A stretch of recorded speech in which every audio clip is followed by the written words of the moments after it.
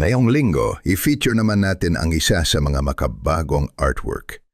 May mga painting na hindi ka hinihila papasok. Hinahayaan ka lang maupo. Parang ganito. Sa gitna ng eksena, may isang karakter, si Naburok. Nakahiga sa isang malambot na bush. Hindi siya gumagalaw. Hindi rin siya nagmamadali. Parang lumulutang. Parang piniling manatili. Sa harap niya may talon ng tubig. Pinapanood niya lang ito bumagsak. Walang inaasahan, walang hinahabol. Sa paligid, unti-unting napapansin ang mga detalye. May mga halaman, may mga bulaklak, mga rosas. May mga dahon at bushes na parang kusang umusbong sa paligid ng tubig. Hindi sila nakaayos para magpasikat. Parang nandyan lang sila kasi nandyan sila. May mga bahagyang liwanag na nakapalibot kay Naburok. Wala silang malinaw na pinanggagalingan. Parang mga mumunting kislap.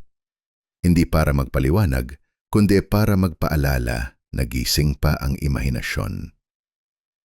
Habang tumatagal ang tingin, nagiging malinaw ang pakiramdam na dala ng painting. Hindi ito eksena ng pagtatakas. Mas parang isa itong pahintulot. Isang sandali kung saan pwede kang huminto. Kung saan hindi mo kailangang magdesisyon. Kung saan sapat na ang nakahiga at manood.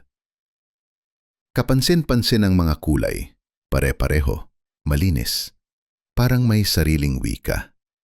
May tamis na parang candy. Mga kulay na hindi nahihiya maging masaya.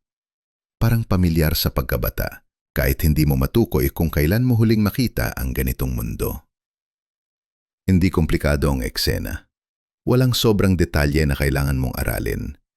Hindi rin ito pilit na modern. Parang sinadya na maging simple. Parang ayaw kang pahirapan. At doon pumapasok ang pagkakakilanlan ng gawa. Kahit hindi mo alam ang pamagat, alam mong galing ito sa iisang mundo.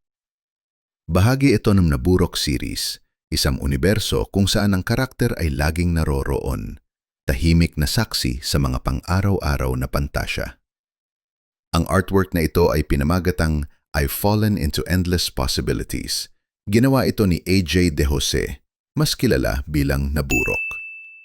Si AJ ay humuhugot ng inspirasyon mula sa mga simpleng sandali, mga daydream, mga eksenang pangkaraniwan, mga bagay na kadalasan ay hindi natin pinapansin. Sa kanyang mga gawa, ang mga estruktura, sasakyan, kalikasan at pangyayari ay nagiging kakaiba. Hindi dahil binago sila ng todo, kundi dahil pinagsama-sama sila sa isang mundong walang pagmamadali.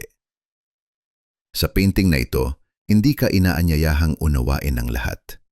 Inaanyayahan ka lang tumingin. At baka, kung papalarin, makaramdam ng konting pahinga. Kwento natin to.